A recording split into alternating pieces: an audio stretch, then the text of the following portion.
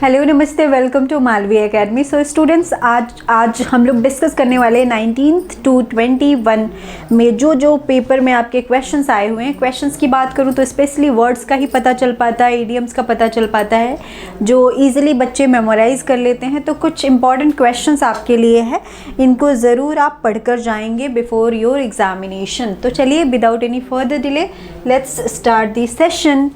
चलिए, सबसे पहले आपके पास फ्रेजल वर्ब आता है जो कि आपका लेट के सेट में पूछा गया है। मतलब लेट ऑफ का मतलब क्या होता है? टू फॉरगिव समबडी, ठीक है। लेट अप मीन्स क्या होता है? किसी चीज़ को कम करना या बंद करना। लेट आउट मतलब क्या होता है? किसी को जाने देना।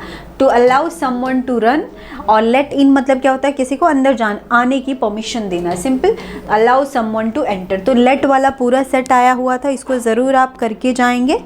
नेक्स्ट पॉइंट की हम अगर बात करें तो हमारे पास वोकैबुलरी आ जाता है जिसमें ये वर्ड देखने को मिला है, डिसग्रंटल्ड। नॉर्मली आप डिससेटिस्फाइड को तो ईजिली जानते हैं, कंटेंट को भी जानते हैं, डिसकंटेंटेड को भी जानते हैं। तो एग्जामिनर का देखो ट्रिक देखो, उसने डिसग्रंटल लाया हुआ है। उसके बाद ससेंट, ये कई बार आपको क्लास में पढ़ाया गया। ससेंट, टर्स, कंसाइज, शॉर्ट, ब्रीविटी, तो ये सारे वर्ड्स शॉर्ट को डिनोट करते हैं। जेंटल वर्ड, जेंटल का मतलब होता है डेकोरस, रिफाइंड, पोलाइट पर्सन को बोलते हैं। अनकाउद, न जाने कितनी बार आपको ये वर्ड कवर कराया गया है। रूड हो गया, चर्लिस हो गया। ये देखो, मैं एक्स्ट्रा वर्ड्स अपने तरफ से जानबूझ के लिख रही हूँ सो दैट आप इसको देख के जाएं एग्जाम में। इल मैनर्ड, इम्पोलाइट, सरली, सल्की एंड सलिन। उसके बाद डिट्रैक्ट वर्ड आता है, मतलब क्या होता है? टू डिमिनिश द इम्पोर्टेंस और वैल्यू ऑफ समवन, ठीक है। किसी पर्सन का वैल्यू घटाना, किसी का इम्पोर्टेंस कम करना।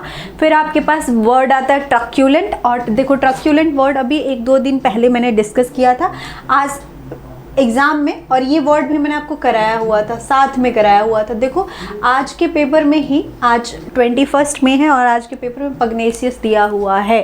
तो ट्रक्यूलेंट पहले आया था, आज पग्नेशियस भी दे दिया है। तो इसके जो इम्पॉर्टेंट वर्ड्स हैं, सिनोनिम्स हैं, वो है अग्रेसिव, होस्टाइल, आक्रामक व्यक्ति, विट्रियोलिक हो जाएगा। ये देखो आया नहीं है लेकिन चांसेस हैं इसके।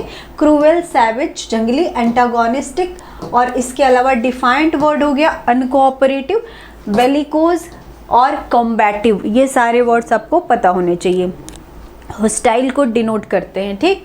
देन आपके पास वर्ड आता है ऑब्ट्रूसिव। ऑब्ट्रूसिव का मतलब होता है something which is clear, prominent, noticeable और इंट्रूसिव। तो ऑब्ट्रूसिव का इंट्रूसिव ही दिया हुआ था, ये अलग वर्ड्स मैंने आपको यहाँ प्रोवाइड कर दिया है। लोकेशियस वर्ड, अभी 2-4 दिन पहले, आई थिंक 14 को गैरोलस वर्ड आया था। अब देखो, लोकेशियस वर्ड आज पूछा गया है आज के सेशन में। स्टोइक का अपोजिट पूछा गया था, तो इसका मीनिंग जान लो। One who is different to pain और प्लेजर, जिसको दुख सुख में कोई फ़र्क नहीं पड़ता है, हमेशा समान रहता है, इक्वल रहता है, उसको हम स्टोइक पर्सन बोलते हैं, ठीक। नार्सिसिस्ट आया है, one who is self centred, जो खुद के तरफ बहुत अट्रैक्टेड होता है, थोड़े प्राउड, थोड़ा घमंड के साथ, आईने में देखा खुद को कई बार दिखाया। और करीना कपूर से ये वर्ड याद कराया था मैंने आपको, तुम्हें इतना सुंदर लगने का कोई हक नहीं है, ऐसा कुछ डायलॉग था ना। नार्सिसिस्ट सेल्फ सेंटर्ड को बोलते हैं। ईगोसेंट्रिक भी इसका सिनोनिम हो जाएगा, ध्यान रखना, ईगोसेंट्रिक। फिर आपके पास वर्ड आता है प्रेडिलेक्शन, है ना। प्रेडिलेक्शन मतलब क्या होता है? लाइकिंग या फॉन्डनेस, किसी के तरफ दिल जब धड़कने लगे, ऐसा गाना सुना है, उसी से रिलेटेड ये वर्ड है प्रेडिलेक्शन, अट्रैक्शन फॉर समबडी। फिर आपके पास वर्ड आता है एक्सपीडाइंट। एक्सपीडाइंट का मतलब होता है समथिंग विच इज़ कन्वीनियंट, है ना, यूजफुल। फिर आपके पास वर्ड आता है क्लेयरवॉयंस। क्लेयरवॉयंस क्या डिनोट करता है? ये सिक्स्थ सेंस को बेसिकली डिनोट करता है। तो ये ऑलरेडी मैंने आपको बताया हुआ है, साइकिक एबिलिटी और टेलीपैथी। उसके बाद आपके पास वर्ड आता है इंटम परमानेंस, ठीक है। अब देखो, सिनोनिम्स की बात करें तो क्या क्या हो सकता है? इमॉडरेशन हो सकता है, एक्सेस हो सकता है, ओवर इंडल्जेंस हो सकता है। पैराडाइम मतलब क्या होता है? कोई मॉडल या फिर पैटर्न या फिर कोई एग्जाम्पल। फिर स्क्वांडर वर्ड आया हुआ है, वेस्ट करना, पैसे वगैरह डिस्पर्ज करना, डिप्लीट करना।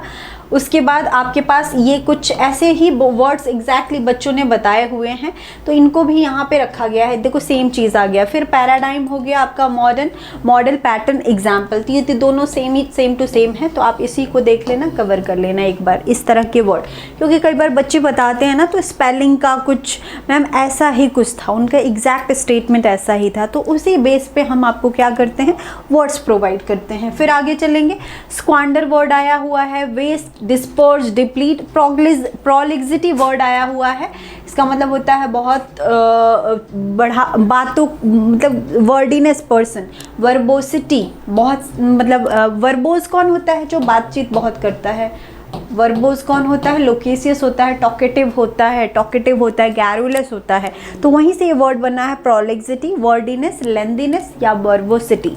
अब देखो फ्रेजल वर्ब आपके पास आता है। फ्रेजल वर्ब की बात करें तो पुट अप आया है फ्रेजल वर्ब, टू टॉलरेट और प्रोवाइड, और फ्रेजल वर्ब ड्रॉप बाय भी आया हुआ था। मीनिंग क्या हो जाएगा, टू विजिट समवन, है ना, टू विजिट समवन। ठीक, यहाँ पे ब्रीफली नहीं होगा, इसको ध्यान रखेंगे। फिर आपके पास लुकअप है, सर्च और find a piece of information. दूसरा मीनिंग होता है इम्प्रूव, है ना। तो आज के ही सेशन में मैंने ये जब क्वेश्चन कराया था तो वहाँ पे लुकअप का मीनिंग क्या आ रहा था, सर्च और find a piece of information. तो एक बच्ची बोलती है मैम इम्प्रूव क्यों नहीं हुआ, लुकअप का मतलब तो इम्प्रूव हो जाता है।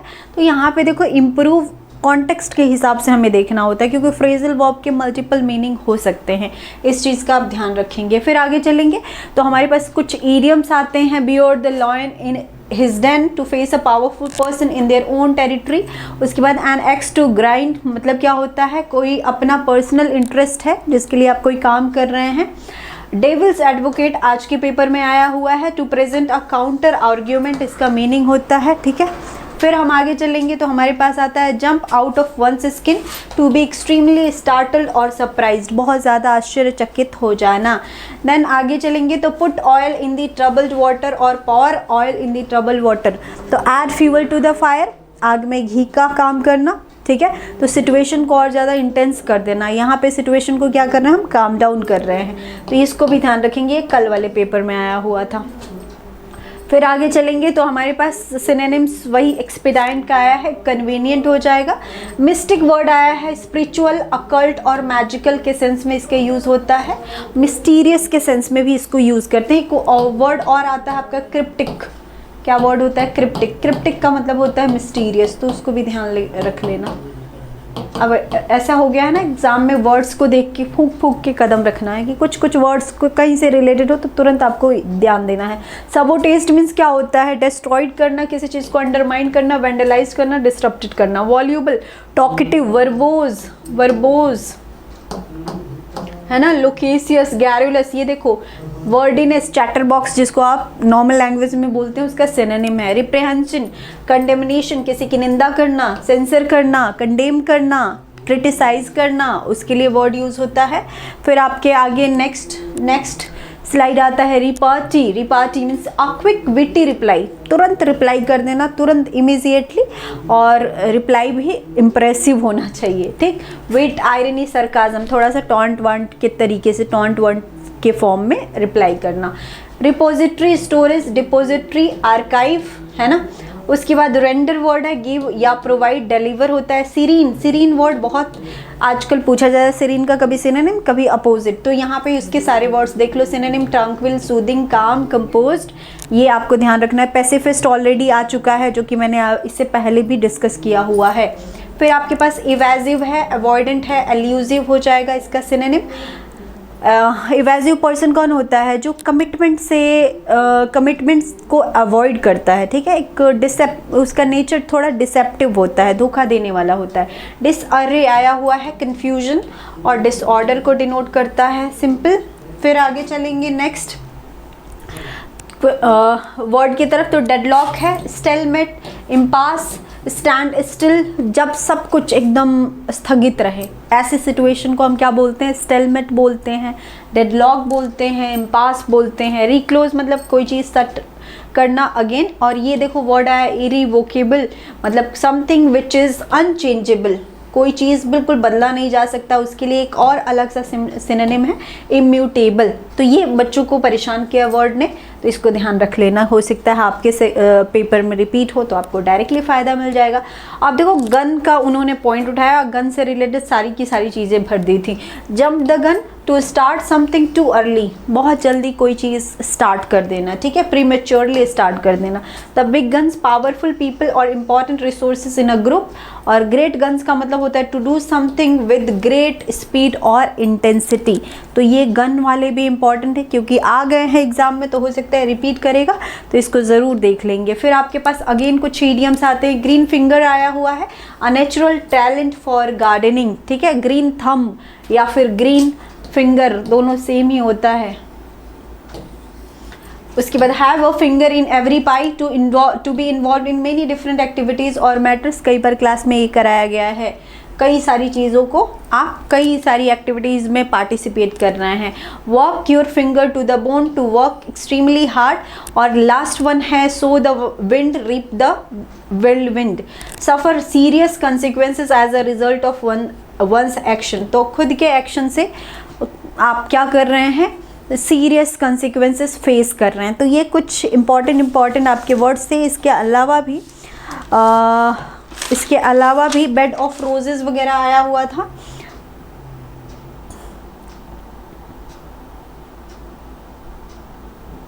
यहाँ पे देखिए बेड ऑफ रोजेस आज ही के पेपर में आया है। Pleasant life, bed of roses कल वाले शिफ्ट में आया था। तो कहा जाता है ना, student life is not a bed of roses, not bed of roses, मतलब इंजॉयमेंट वाली लाइफ नहीं होती है। इसमें बहुत ज़्यादा मेहनत होता है, हार्डवर्क होता है, डेडिकेशन होता है, डिटर्मिनेशन होता है ना। तो बेड ऑफ रोज से आया हुआ है, और ये कुछ बेसिक क्वेश्चंस थे जो मैंने कलेक्टिवली आपको प्रोवाइड कर दिया है। इसको एक बार ज़रूर गो थ्रू कर लेंगे। इसके अलावा भी जितने भी फ्रेजल वर्ब्स कराए गए, फ्रेजल वर्ब पे ज़रूर आप ध्यान देना, ठीक है। इडियम्स आज ही के सेशन में मैंने कवर कराए हुए हैं।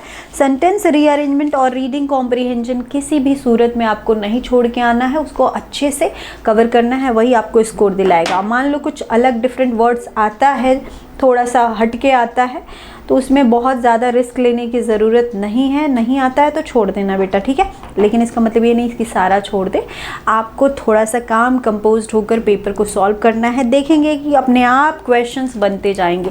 पहले ही अगर आप डिफ़िकल्ट क्वेश्चन की तरफ फोकस्ड हो जाएंगे तो आपकी एनर्जी ऐसे ही डाउन हो जाएगी। तो आपको क्या करना है, जो आपको आता है पहले उन क्वेश्चंस को इकट्ठा करके उनको सॉल्व कीजिए, एंड देन जो मॉडरेट लेवल के क्वेश्चन है जिसमें आपको आता भी है नहीं भी आता, 50-50 वाला चांस है, तो वहाँ पे ऑप्शन एलिमिनेशन मेथड लगाएंगे। लास्ट में कुछ एक आध दो क्वेश्चन बच जाते हैं, नहीं आ रहा है, बिल्कुल समझ में नहीं आ रहा ना स्टार्टिंग समझ में आ रहा है ना एंड समझ में आ रहा है, तो उसको बेटर होगा कि छोड़ देंगे। क्यों? क्योंकि नेगेटिव मार्किंग भी है। तो ऐसे आपको ध्यान रखना है। 45 ईजिली आप कर सकते हैं, थोड़ा सा आप अटेंटिव होकर पेपर को सॉल्व करते हैं तो 4-5 क्वेश्चन छूट जाता है, इट्स ओके। लेकिन कोशिश तो यही करनी चाहिए कि मैक्सिमम नंबर ऑफ क्वेश्चन करें विद 100% एक्यूरेसी, ये आपको ध्यान देना है, ठीक है। तो ऐसे ही जैसे जैसे हमारे पास क्वेश्चन आते जाएंगे आपको प्रोवाइड करते जाएंगे। आप नेक्स्ट एग्ज़ाम के लिए आपको ऑल द बेस्ट। आपका एग्ज़ाम अच्छा होने वाला है, ये मान के चले, और जो नई चीज़ों को मत पढ़ें, जो पढ़ा हुआ है रिवाइज़ करते हुए चले, ठीक है। चलिए, तो मिलेंगे हम लोग नेक्स्ट सेशन में। Till then stay blessed and keep learning. Thank you.